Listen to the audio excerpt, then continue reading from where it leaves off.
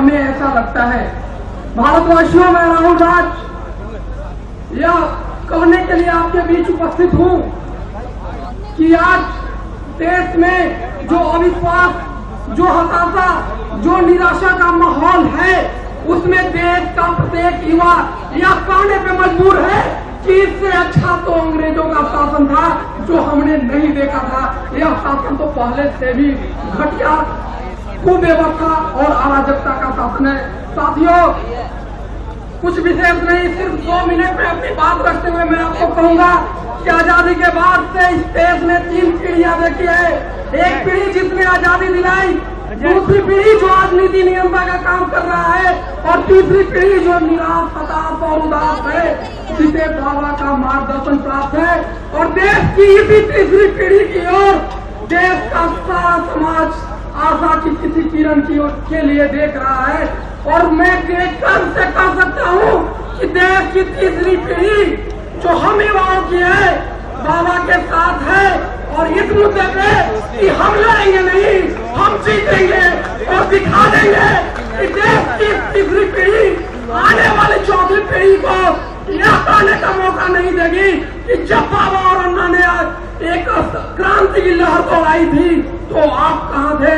हम इस गर्व के साथ अपने बाल बच्चों के बीच जाना चाहते हैं कि जब बाबा ने क्रांति की आग लगाई थी तो हम वहाँ थे। हम में से ही कोई राजपाला बनी थी और हम में से ही कोई भगत सुभाष बना था। साथियों, एक बात आप हमेशा याद कर लीजिएगा कि इतिहास को दिशा किसी की जिद से ही मिलती है, और वो जिद बाबा अन्ना ने ठाना है तो देश का युवा उन्हें निराश नहीं करेगा। देश का युवा आज आगे आया है और यह बताने के लिए कि हम सत्ता परिवर्तन में विश्वास नहीं रखते।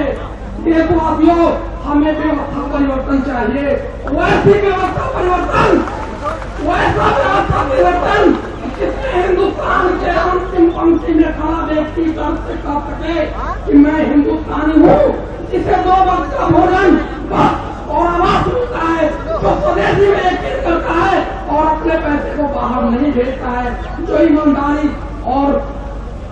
ईमानदारी से जीवन जीना चाहता है। मेरे देशवासियों, हमें क्या दिया जाता है? सरकार अगर हमें रेलवे का एक फॉर्म देती है तो उसमें एक बिंदु भी गलत हो जाए तो हमें रिजेक्ट कर दिया जाता है। आज हमारे माननीय नेता ये कहते हैं कि हमारे IIT का लेवल अच्छा नहीं है। कोई बताए हमें 66 वर्षों से आप क्या कर रहे हैं?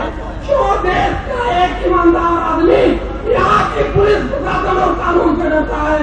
कोई हमें ये बताए भारत का कोई आदमी न्यायालय क्यों नहीं जाना चाहता? कोई हमें ये बताए कि भारत का कोई आदमी, कोई भी ईमानदार आदमी पॉलिटिक्स क्यों नहीं जाना चाहता? सब कोई चाहता है कि एक अच्छी राजनीति हो, लेकिन आखिर कोई क्यों नहीं चाहता कि वो राजनेता हमारे घर से पैदा हो और वो राजनेता हमारे देश का बेटा हो। साथियों, ये सोचने का वक्त है, आवाज उठी है। अगर दब गई, ऐसा तो हो नहीं सकता, लेकिन अगर दब गई तो फिर 66 वर्ष यह हिंदुस्तान लड़ाई नहीं लेगा। इस बार जो लड़ाई ली है उसे तमाम युवाओं का, या यूं कहे कि देश के कर्णधारों का समर्थन प्राप्त है। और देश का एक कर्णधार देश की दशा और दिशा बदल नहीं दिया तो फिर इतिहास हमें माफ नहीं करेगा। हम इतिहास बदलने आए हैं। आप सबसे निवेदन है कि जो लड़े इस युवा को, जिसके चारों ओर निराशा का वातावरण है, आप अपना सहयोग और मार्गदर्शन दे। देश हम बदल कर दिखा देंगे, व्यवस्था हम बदल देंगे, हम शासन, प्रशासन और कानून हम बदल देंगे। धन्यवाद साथियों। एक बार बहुत ही गगनभेदी नारों के साथ बधाई दें भाई राहुल को। उन्होंने अपने युवा होने का एक ऐसा प्रभाव किया है अपने उद्बोधन से।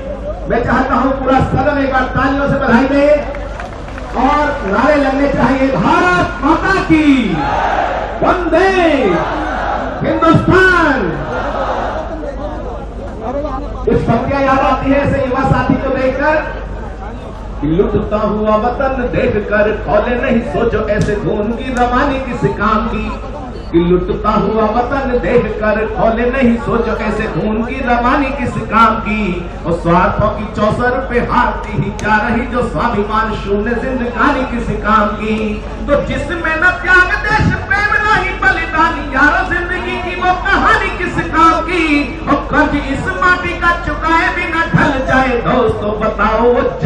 किस काम की जी, दोस्तों बताओ जवानी किस काम की। तो ऐसी जवानियों का आह्वान है आज पूरे हिंदुस्तान में, जहां आंदोलन की कहीं ये हुंकार पहुंच रही है, उन सभी से आह्वान है इस राष्ट्रव्यापी आंदोलन में जो एक देश की दशा और दिशा तय करेगा आगे आने वाले समय में, सभी को साथ आने की आवश्यकता है। लीजिएगा, मैं क्रम को आगे बढ़ाना चाहता हूं और बहुत संक्षिप्त काव्य पाठ के लिए हमारे बीच में एक युवा हस्ताक्षर है, उनको मैं बुलाना चाहता हूं। उनका नाम होता है भाई चरण जी। वे आए और एक छोटी सी रचना हमारे सामने प्रस्तुत करेंगे। भाई चरण जी।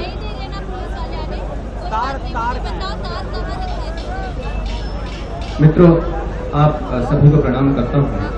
बहुत संक्षिप्त बात कहने के लिए मुझे यहाँ पर आमंत्रित किया गया है। पिछले दिनों इलेक्शन हुए और बहुत दिनों से इलेक्शनों का वातावरण हम देख रहे हैं। मैंने जो एक चीज महसूस की इस पूरे वातावरण में वो ये थी कि जो आम आदमी है वो सिर्फ वोट देने के लिए है, सिर्फ दरिया और बैनर उठाने के लिए है, इससे ज्यादा वोट। मैं सीधे सीधे पंक्तियां समर्पित करता हूँ कि हम है शिवाजी गुरु गोविंद के अनुयायी, अधुनासी चिड़िया को बाज कैसे मान ले।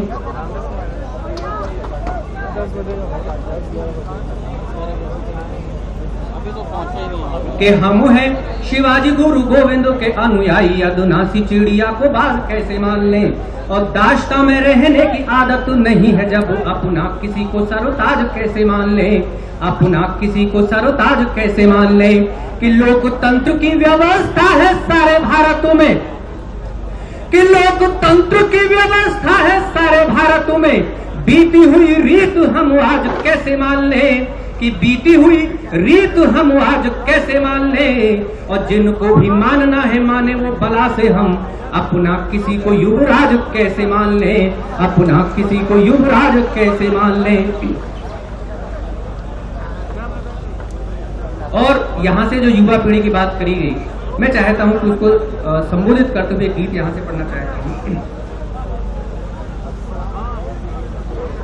कि कुछ तो घर बर्बाद किया सैयादों ने, उस पर आकर हद कर दी है प्यादों ने। तहखानों के अंदर जाकर बैठ गए जब जब भी कुछ शोर किया फरियादों ने। अब ऐसे शाहों को सबक सिखाना है, जिस जानिब से भी हो तीर चलाना है। काम नहीं चल सकता है चिंगारी से, क्यों बैठे हो बचकर जिम्मेदारी से। वक्त बदलना है लेकर अंगार चलो, उठो जवानों सब होकर तैयार चलो, उठो जवानों सब होकर तैयार चलो। कि ये नहीं कि भ्रष्ट कब कितना हुआ है कौन, आज भद्रजनों के मलाल कुछ और हैं। कि ये नहीं कि भ्रष्ट कब कितना हुआ है कौन, आज भद्रजनों के मलाल कुछ और हैं। कि भूख व गरीबी तो पुरानी बात हो चुकी है, आम आदमियों के बवाल कुछ और हैं। कि हमको दिखाए जा रहे हैं कुछ और पर, कि हमको दिखाए जा रहे हैं कुछ और पर, भारती की वेदना के हाल कुछ और हैं। कि भारती की वेदना के हाल कुछ और हैं। और जिनके तलाशे जा रहे जवाब वो नहीं है, आज इस देश के सवाल कुछ और हैं, आज इस देश के सवाल कुछ और हैं। कि बेहोशी का और कहीं मदहोशी का, हर चेहरे पर पहरा है खामोशी का। अब बस ये है पहले कौन सदा देगा, कौन उठाएगा पहली हुंकार। चलो उठो जवानों होकर सब तैयार चलो, उठो जवानों होकर सब तैयार चलो। कि दिल पे लगे जो उनका निदान होगा, फिर पहले इन तलवों के छालों का इलाज हो। कि दिल पे लगे जो उनका निदान होगा, फिर पहले इन तलवों के छालों का इलाज हो। कि भ्रष्टता के काले चश्मे से देख रही हैं जो, ऐसी सभी नजरों के जालों का इलाज हो, ऐसी सभी नजरों के जालों का इलाज हो।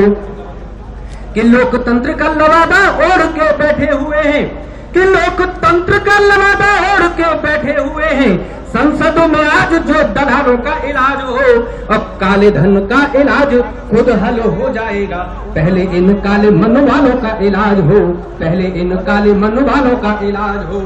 कि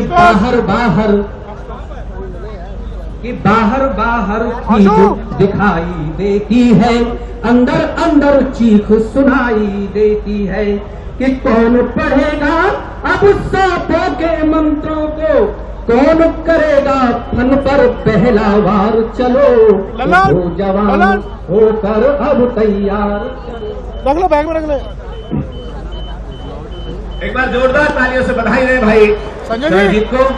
और दोस्तों, भारत की संस्कृति जो है गीत संगीत, कहीं संस्कृति जो है सांस्कृतिक आयोजनों के माध्यम से आगे बढ़ती है। और हरियाणा की संस्कृति का सबसे प्रमुख और विशेष जो आकर्षण होता है वो होता है रागनी। हमारे बीच में हरियाणा से हमारे बंधु आए हुए हैं, हम उनको सम्मान के साथ आमंत्रित कर रहे हैं उनकी प्रस्तुति के लिए। एक बार जोरदार तालियों से उनको भी आप बधाई दें और आमंत्रित करें। ये जोरदार तालियां नहीं है, एक बार तालियों से उनकी आवाज पहुंचनी चाहिए उनके कानों तक।